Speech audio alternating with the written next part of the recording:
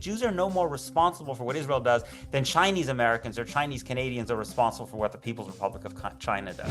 I think that the sentiment that I'm hearing amongst my Jewish friends, my colleagues, and I would be remiss if I did not mention the word anti-Semitism. Anti-Semitism has reared its ugly head in North America in a significant way, and not only North America, globally. Whether in reaction to what's happening in the Middle East or sui generis, I mean, it certainly was there before, and now more people are attenuated to it than ever before. I have friends who mentioned to me that they are purchasing individual security. They're afraid for their kids to go to school. And the reason I bring this up is because it is inevitably harder to ultimately ascribe rights to others when you feel that your own actual personal safety is at risk. In fact, we see that on a national level. We saw how America reacted after 2001. We saw how Israel reacts after October 7th. And on a personal level, it's exceptionally hard to convince Jews that they need to be giving up legitimacies and rights and everything else when they themselves feel that the very essence of who they are is under attack in a collective manner across the globe.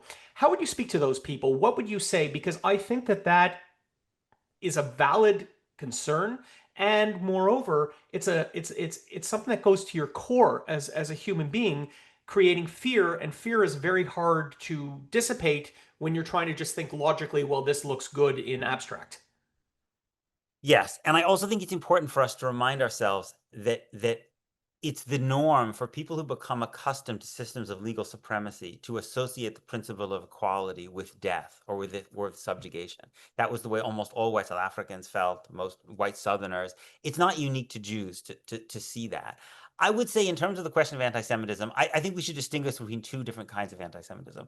The first is the anti-Semitism of the right, which I think is connected to the potential collapse of liberal democracy. And this anti-Semitism is usually paired with other forms of hostilities towards outsider groups, Islamophobia, anti-Black racism, anti-immigrant, anti-LGBT, right? And I think that we have to join with other groups in supporting the principle of liberal democracy and supporting the principle of treating people equally. And I actually think in the United States, the overwhelming focus of the organized American Jewish community on defending Israel actually makes that kind of work much harder, right? You think about how much more energy America's most powerful Jewish organizations are putting into fighting against, quote unquote, the delegitimization of Israel than they are to putting in to fighting Donald Trump. And oftentimes they're making common cause with Trump supporters because Trump supporters are very strong supporters of Israel. So AIPAC is literally giving money to people who supported the January 6th insurrection to try to overthrow liberal democracy.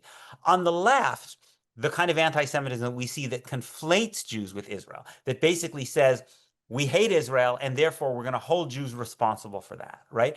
I think the way to respond to that is to be very clear that Jews are not responsible for what Israel does. Many Jews choose to be supporters of Israel, but it is a choice that Jews make. Jews are no more responsible for what Israel does than Chinese Americans or Chinese Canadians are responsible for what the People's Republic of China does, right? And that's why it's wrong to hold Jews responsible for what happens in Israel. The problem is that our leading organizations can't make that argument coherently because they say that to be a Zionist, to support Israel, is inherent in being Jewish. I think that claim, that link, idea that there's an inherent connection, actually puts Jews at greater risk because it essentially makes Jews responsible for what Israel does when we need to make the point that Jews are not responsible for what Israel does and that it's wrong to blame them for it.